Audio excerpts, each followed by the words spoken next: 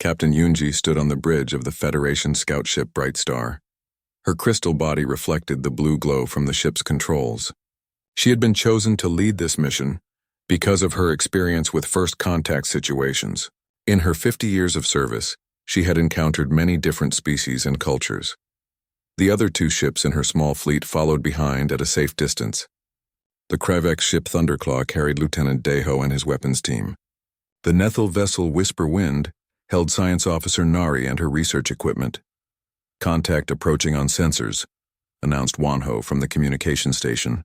The young Viridian had joined the crew only months ago, but he was already proving himself skilled at his job. Yunji moved to the main display screen. The objects they had been sent to investigate were now visible. What she saw made her question the sensor readings she had studied for the past 2 days.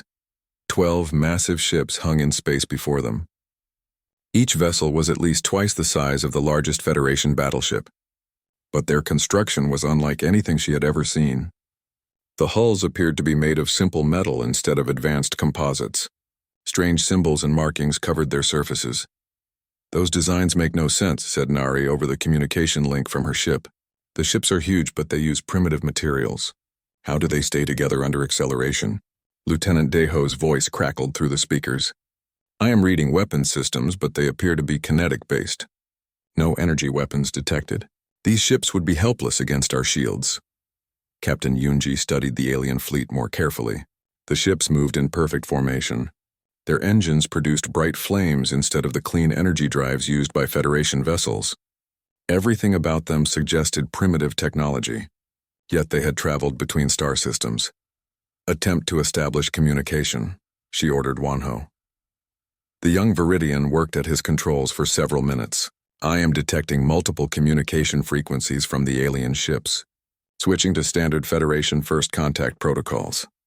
A moment later, a voice came through the speakers. It was unlike any language in Federation databases, but the translation systems quickly began working on it. "Unknown vessels, you have entered human territorial space. State your intentions or withdraw immediately." The bridge fell silent. Captain Yunji felt a chill run through her crystal form.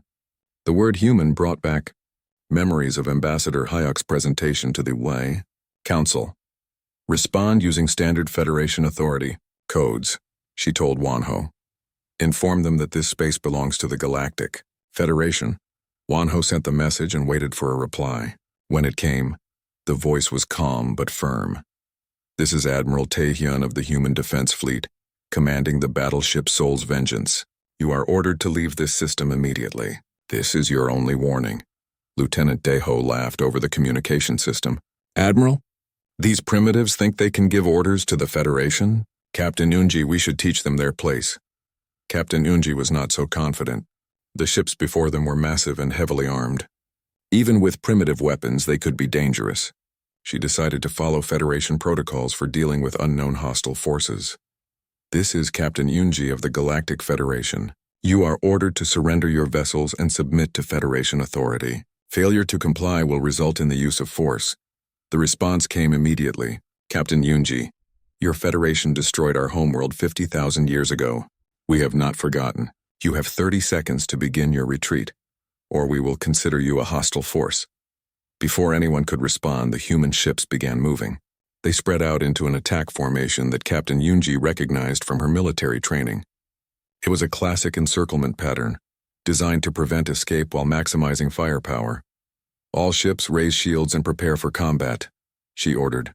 "These primitives are about to learn the power of Federation technology." The lead human ship, Soul's Vengeance, moved closer. It was enormous, easily 5 times larger than Bright Star.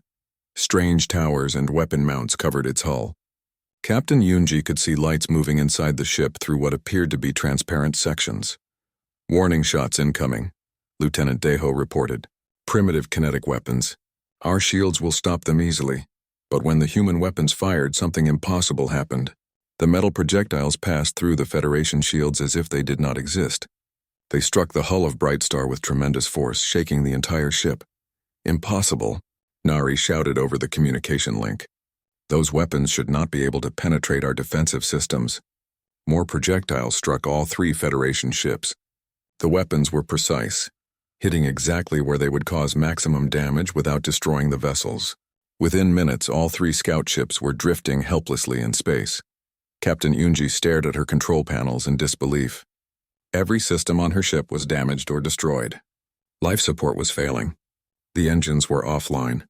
The weapons systems were completely dead. Admiral Taehyun's voice came through the still-working communication system. "Federation ships, you are now defenseless. We could destroy you easily, but we are not monsters like your ancestors.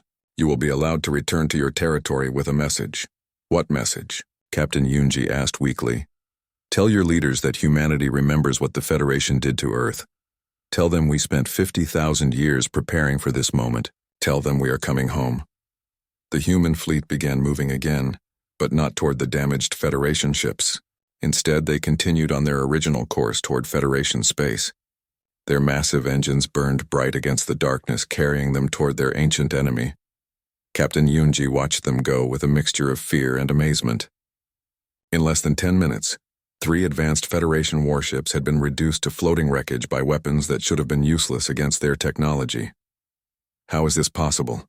Nari whispered over the communication system. "Their weapons are primitive. Their ships are crude. How did they defeat us so easily?" Lieutenant Daeho's voice was filled with shock and disbelief. "Those weapons were designed specifically to penetrate our shields. They knew exactly how our defensive systems work. This was not a lucky accident." Captain Yunji thought about Admiral Taehyun's words, 50,000 years of preparation. The humans had not just survived whatever had happened to their homeworld. They had spent millennia planning their return. "Begin emergency repairs," she ordered. "We need to get back to Federation space immediately. The Council must be warned."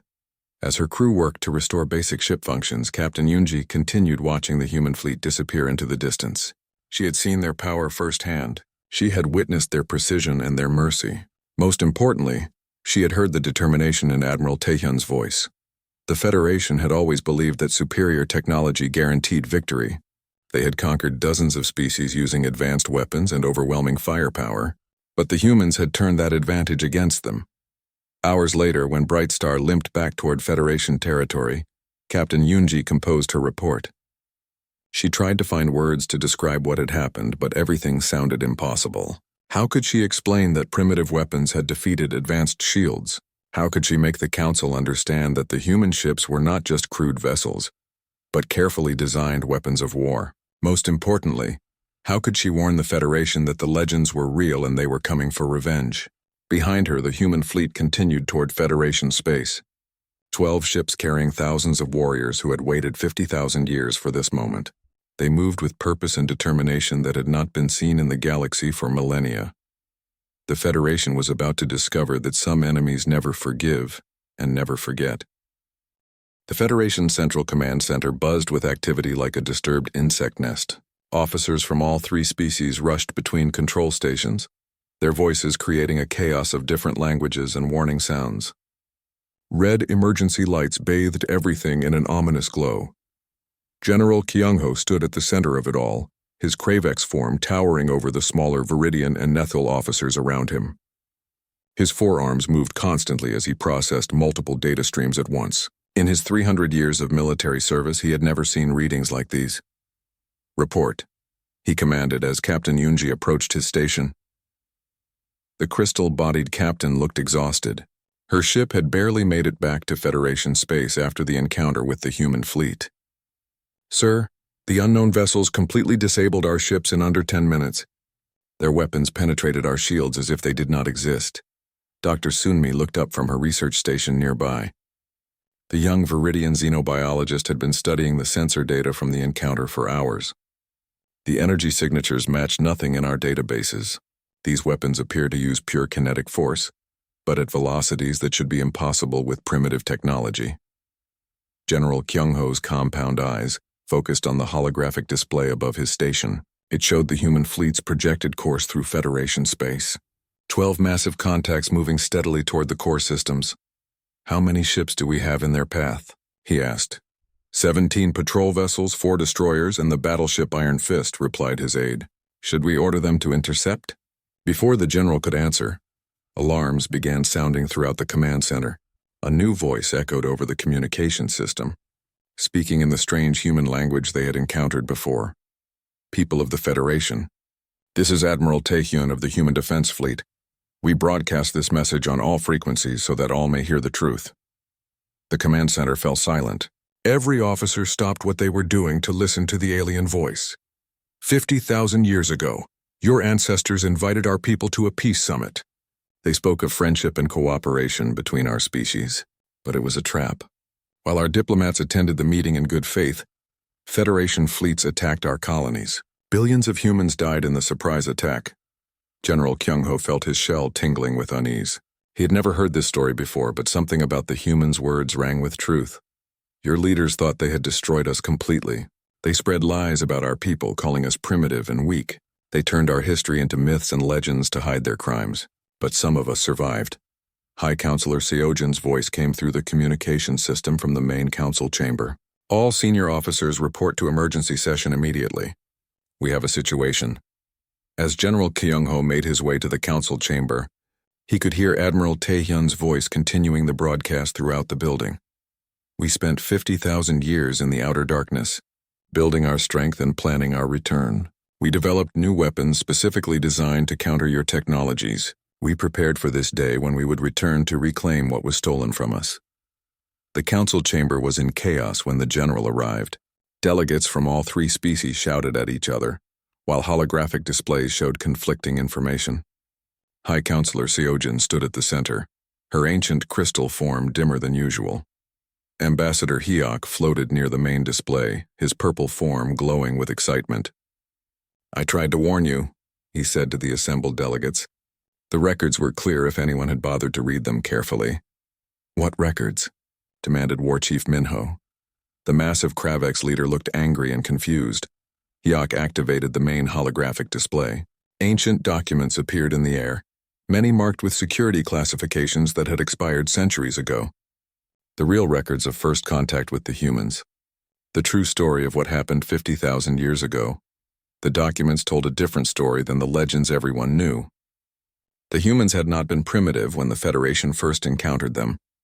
They had been equals, possibly even superior in some technologies. Their ships had been impressive, their weapons effective, their civilization advanced. According to these files, Hyok continued, the Federation leadership at that time believed the humans posed a threat to their power. Humans had no psychic abilities which made them unpredictable. They relied on technology and tactics instead of mental powers. More documents appeared, showing battle plans and strategic assessments. General Kyung-ho studied them with professional interest. The ancient Federation forces had clearly feared human military capabilities. The decision was made to eliminate the human threat before it could grow, Hyok explained. A diplomatic summit was arranged as cover for a massive surprise attack. The Federation believed it could destroy human civilization in a single coordinated strike. Dr. Sunmi spoke up from her station. The energy signatures we detected match theoretical projections from these old files. The humans have spent 50,000 years developing weapons specifically designed to counter our current defensive systems. High Counselor Seojin studied the ancient records with growing alarm. How many humans survived the original attack? Unknown, Hyok replied. But the current fleet represents only the first wave. Long-range sensors are detecting hundreds more ships moving through the outer systems. War Chief Minho stood up abruptly, his massive form casting shadows across the chamber. It does not matter how many ships they have or what weapons they carry. The Federation has ruled the galaxy for 3 millennia. No force can challenge our combined might. But General Kyung-ho was not so confident. He had seen the reports from Captain Yoonji's encounter. The humans had demonstrated not just superior weapons but superior tactics. They had disabled 3 Federation ships without destroying them, showing both capability and restraint. Sir, his aide called from the communication station. We are receiving reports from patrol fleets throughout the sector. Human ships are appearing everywhere. They seem to know exactly where our forces are positioned. The holographic display changed to show a tactical map of Federation space. Red dots appeared across multiple systems, each representing a human ship or fleet. The pattern was too precise to be random. They have been watching us, General Kyung-ho realized. For how long? Years, decades? They know our ship positions, our patrol routes, our defensive strategies. Admiral Taehyun's voice continued broadcasting throughout Federation space. We do not seek to conquer your worlds or rule your people.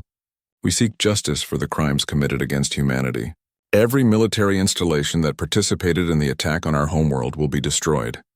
Every ship that carries the blood of human innocence will be sunk. The message was clear. This was not a war of conquest. It was a war of retribution. The humans had spent 50,000 years compiling a list of targets, and now they were methodically working through it. How do we stop them? War Chief Minho demanded. Dr. Sunmi looked up from her analysis. I do not think we can stop them with conventional weapons. Their ships are designed to counter everything in our arsenal. But there might be another way. What do you mean? High Counselor Seojin asked. The humans are not mindless destroyers. They showed mercy to Captain Yunji's ships. They are broadcasting their intentions instead of simply attacking. They can be reasoned with. General Kyung-ho studied the tactical display again. The human ships were moving with purpose and precision, but they were not targeting civilian populations or non-military installations. Their anger was focused and controlled. They want acknowledgement, he said slowly. They want the truth to be known. They want justice, not just revenge. High Counselor Seojin was quiet for a long moment, her ancient crystal form reflecting the light from the displays around her. Then perhaps it is time for the Federation to face the truth about its past. Send a message to the human fleet. Tell them we wish to negotiate. But even as she spoke, reports were coming in from across Federation space. Human ships were engaging Federation forces in a dozen different systems. The war that had been delayed for 50,000 years had finally begun, and the humans were winning. The Battle of Proxima Station began at dawn, ship's time. Fleet Admiral Bo Young watched from the bridge of her flagship, New Seoul, as Federation forces moved into position around the massive space station. She had been planning this attack for 30 years, studying every detail of the station's defenses. Enemy fleet composition confirmed, reported her tactical officer. 12 Federation destroyers, 6 heavy cruisers, and the battleship Iron Fist. They are forming a defensive screen around the station. Bo Young nodded calmly. The Federation commanders were following their standard defensive doctrine, exactly as she had expected. After 50,000 years of study, humans knew Federation tactics better than the Federation did. Launch the asteroid barrage, she ordered. Miles away, human mining ships that had been hiding in the system's asteroid belt began moving. They pushed massive chunks of rock toward the Federation formation, using carefully placed explosive charges. To the Federation sensors, it looked like a natural asteroid shower. Commodore Hana stood on the bridge of the Federation battleship Iron Fist, watching her tactical displays with growing concern. The human fleet had arrived 3 hours ago and taken position at the edge of the system. Instead of attacking immediately, they had simply waited. Admiral, the asteroid field is becoming more active, her sensor officer reported. Multiple large objects moving toward our position. Natural phenomenon, replied her tactical officer. These old systems often have unstable asteroid belts. Our shields will deflect anything dangerous, but Commodore Hana was not so sure. She had read Captain Yunji's report about the human encounter. These creatures did not think like other species. They used unconventional tactics that turned advantages into disadvantages. The first asteroid struck Iron Fist's shields and bounced harmlessly away. The second and third did the same. But then the fourth asteroid exploded just as it hit the shield barrier, sending fragments in all directions.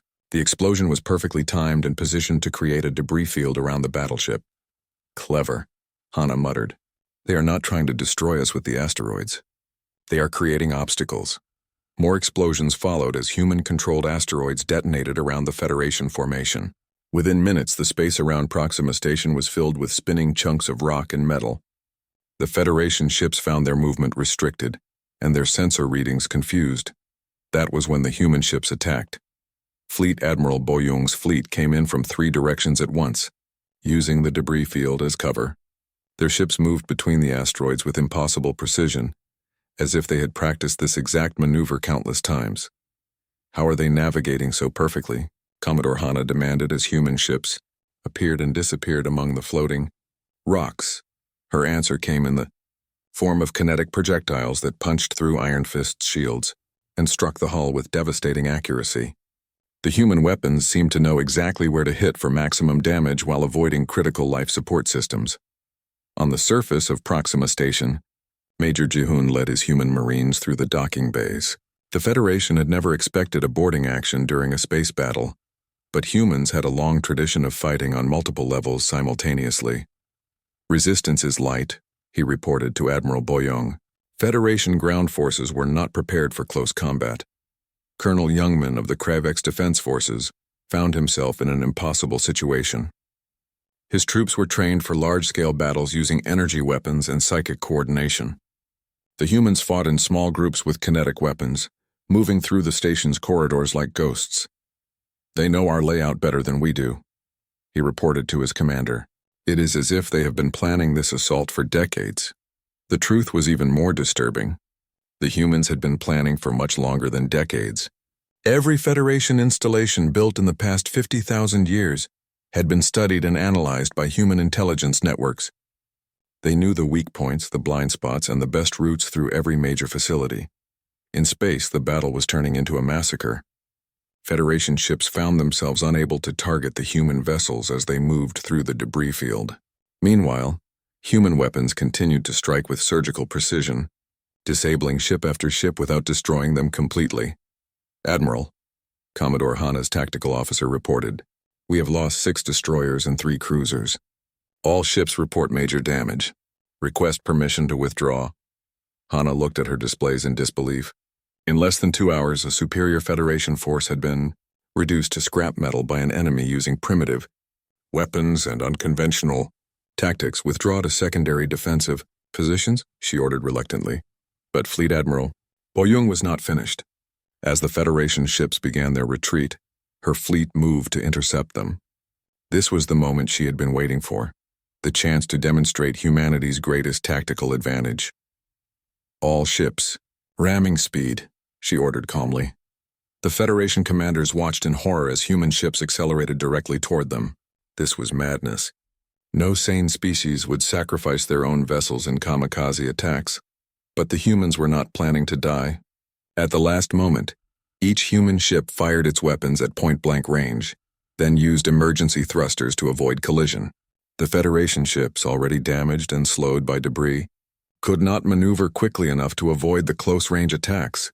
"Impossible," Commodore Hana whispered as her ship's hull was torn apart by human projectiles.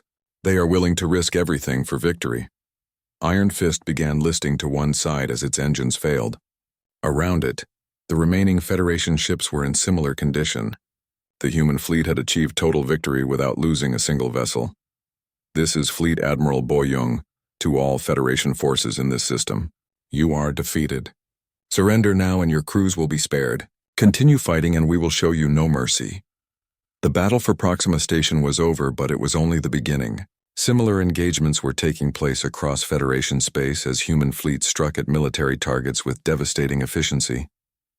On Kepler Station, human ships used the station's own defensive satellites against the Federation fleet by hacking into their control systems.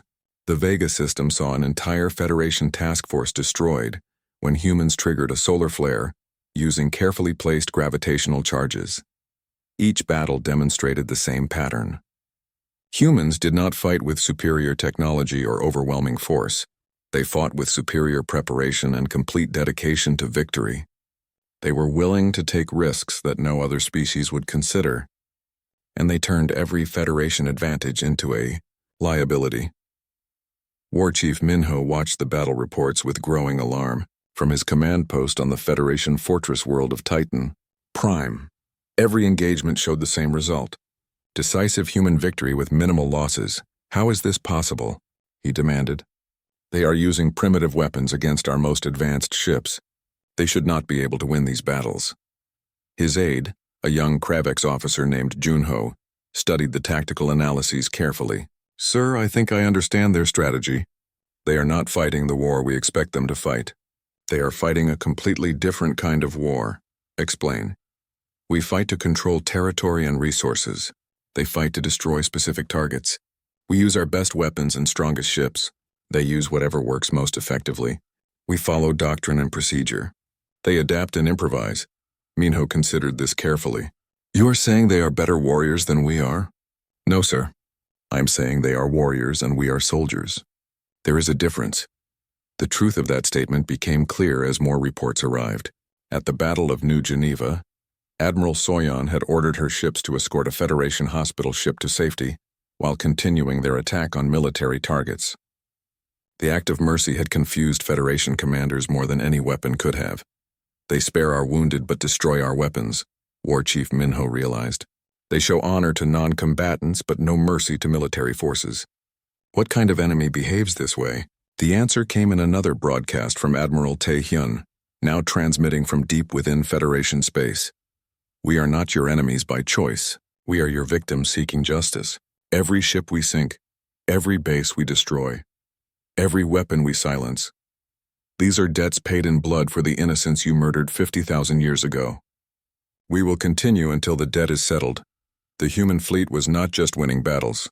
They were rewriting the rules of warfare itself, turning Federation strength into weakness and showing mercy where others would show brutality.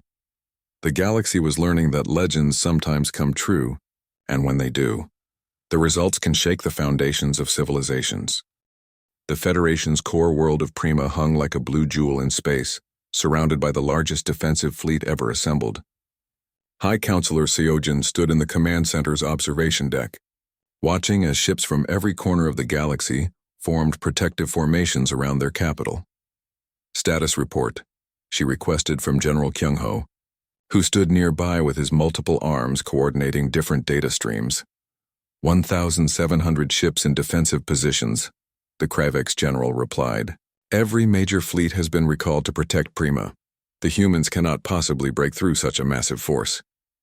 But Seojin was no longer confident in Federation superiority. 3 months of warfare had shown that human tactics made numerical advantage meaningless. Every battle had ended the same way. Decisive human victory despite being outnumbered. "Sir," called out Captain Wan-ho from his communication station, "we are receiving a transmission from the human fleet." The main display activated, showing a human face for the first time. President Myong appeared on screen, her features calm and dignified. Behind her stood other humans, both military and civilian leaders. "High Counselor Seojin," President Myong said, "I am President of the Human Republic. I come to you with an offer of peace." Seojin stepped forward, her crystal form reflecting the light from the displays around her. "You have destroyed half our military forces and conquered dozens of our systems. Why do you offer peace now?" "Because our goal was never conquest," President Myong replied. "We seek acknowledgement of past crimes and guarantees that such genocide will never happen again. The Federation must face the truth about its history." War Chief Minho appeared beside Seojin, his massive form towering over the crystal leader. "You speak of truth, but you attack innocent worlds. You have caused suffering across the galaxy." President Myong's expression hardened. "We have targeted only military installations that participated in the attack on Earth. We have spared civilian populations and protected non-combatants. Can your Federation say the same about its actions 50,000 years ago?" Before anyone could respond, alarms began sounding throughout the command center. The massive human fleet had appeared at the edge of the system, moving steadily toward Prima. "How many ships?" General Kyung-ho demanded. 200 confirmed contacts, his aide reported. "All major battleships and carriers. This is their entire remaining fleet." Admiral Tae-hyun's voice came through the communication system as his flagship approached the defensive formations. "Federation forces, you are outnumbered and outgunned. Surrender now and your crews will be spared." War Chief Minho laughed, a sound like grinding metal. "Outnumbered? We have nearly 10 ships for every one of theirs. How can they claim superiority?" His answer came in the form of a demonstration. The human fleet split into smaller groups and began moving through the Federation formations with impossible precision. Their ships seemed to know exactly where every Federation vessel would be before it got there. "They are predicting our movements," General Kyung-ho realized with growing alarm. "How is that possible?" Elder Jisoo, the ancient Viridian historian, spoke up from her research station. "They have been studying us for 50,000 years. They know our tactical doctrines better than we do. Every battle formation, every standard maneuver, every response pattern. They have seen it all before." The human ships began their attack, but this time something was different. Instead of the precise, controlled strikes they had used in previous battles, their weapons seemed less accurate. Federation ships were taking damage but not being disabled as quickly as before. "Their weapons are failing," War Chief Minho announced with satisfaction. The long campaign has exhausted their ammunition supplies. We can defeat them through attrition. But Captain Minji, commanding the human destroyer Busan's Hope, had a different plan. She watched from her bridge as the Federation's ultimate weapon powered up. A massive energy cannon built into Prima's moon. The planetary defense cannon is charging, her tactical officer reported. If it fires, it will destroy half our fleet. Minji looked at the tactical display, calculating distances and trajectories. There was only one way to stop the cannon from firing, but it would cost her ship and crew. All hands prepare for ramming speed, she announced calmly. Her crew looked at her in shock. Captain, that is suicide, her first officer protested. No, Minji replied, that is duty. The Federation must understand that humans do not abandon their principles, even in the face of death. Busan's Hope accelerated toward the defense cannon, its engines burning at maximum power. Federation ships tried to intercept, but the small destroyer was too fast and maneuverable. Commodore Hana watched from the bridge of her new command ship as the human vessel approached the planetary cannon. They are going to ram it, she realized. One ship against the most powerful weapon in Federation space.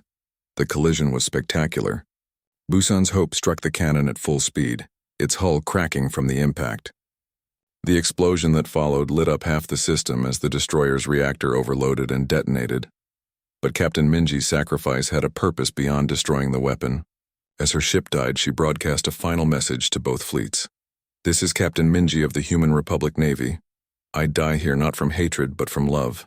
Love for my people, love for justice, and yes, even love for our enemies. We fight not because we enjoy war, but because some things are worth dying for.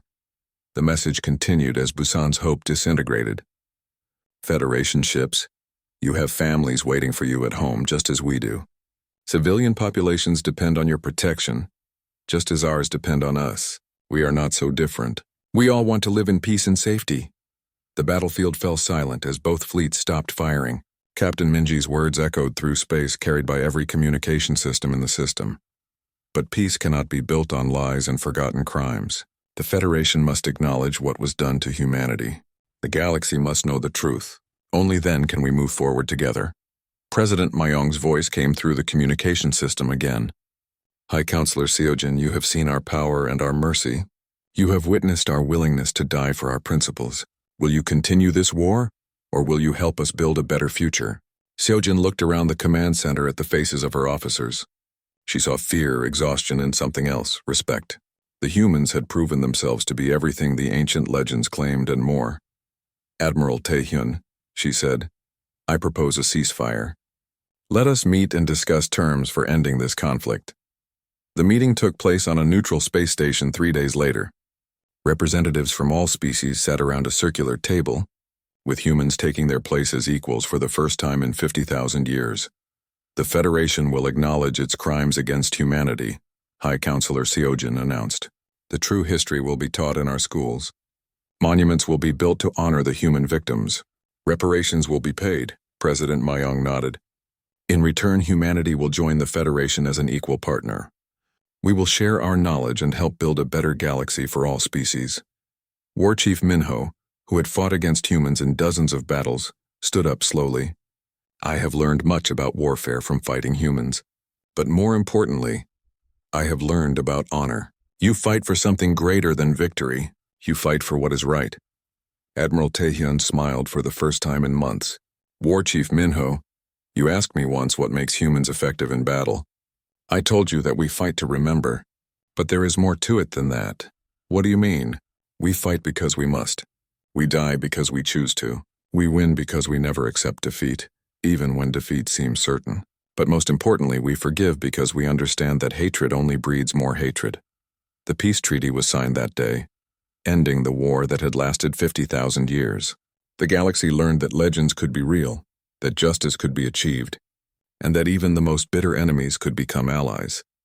Years later, when young beings of all species learned about the Great War in their history classes, they would remember Captain Minji's sacrifice and President Mayong's wisdom.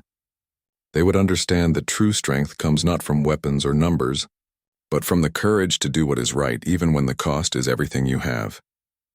The humans had returned from legend to reality, and in doing so, they had changed the galaxy forever. They had proven that some stories are worth believing in, and some ideals are worth dying for.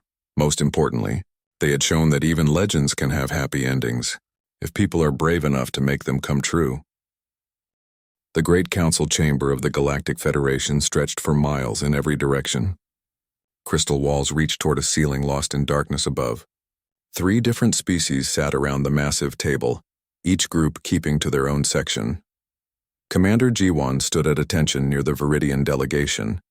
Her crystal body caught the light from the chamber's glowing walls and threw rainbow patterns across the floor. She had served the Federation for 200 years, fighting in 12 different wars. Today felt like any other council meeting to her.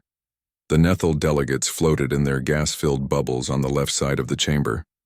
Ambassador Hyok's purple form shifted and moved inside his transparent sphere. He had been studying old records for decades, looking through files that most people had forgotten existed. On the right side, the insect-like Kravex clicked and buzzed as they talked among themselves. War Chief Minho's 4 arms gestured as he spoke with his officers. His black shell gleamed under the lights and his compound eyes watched everything in the room. High Counselor Seojin called the meeting to order. Her ancient crystal form was larger than the other Viridians, showing her great age and wisdom. Today we discuss the expansion into Sector 47, she announced. Her voice echoed through the chamber like music. The dead sector, War Chief Minho said with a laugh that sounded like grinding metal. Nothing lives there. Nothing has ever lived there. It is empty space with dead rocks, Commander G1 nodded. Our scouts have checked those systems many times.